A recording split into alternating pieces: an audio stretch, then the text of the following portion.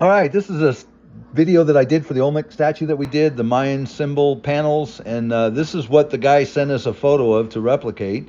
And basically, these panels we got through the internet through individual symbols that we found, and then we made a mold such as this to cast these panels. But right now, my son's actually doing a mock-up, a small one to scale, to just to get his grips on what's going on here. And then we started with a big block. I think this was 4x4 if I'm not mistaken, but he just basically takes a chainsaw and carves it up.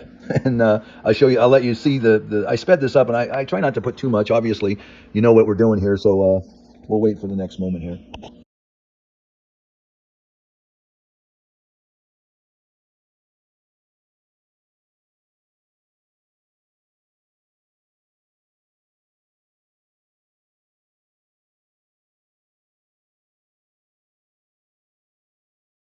All right, so that ends the carving part of this whole sequence here in the last couple of seconds here, but we never did get video of the actual mudding of it, but you can see the statue completed and installed later here. This is a video where we basically have started to make the individual symbols by taking a box and carving it out and making it to where it's ready to rubber.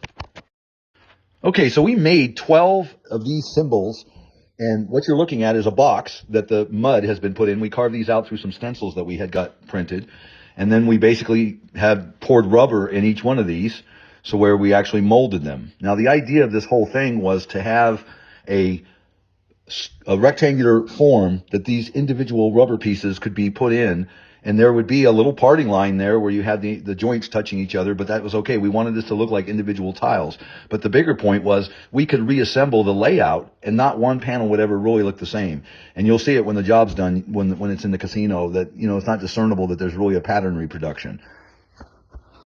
I can't remember how many panels we actually made for this casino, but there's 16 in this pile right here. And now I'm showing you 2 jigs that I made so that I could actually cut the parting lines with about a 1/4 inch cut, so it had a look like it was individual stone tiles that had been carved out.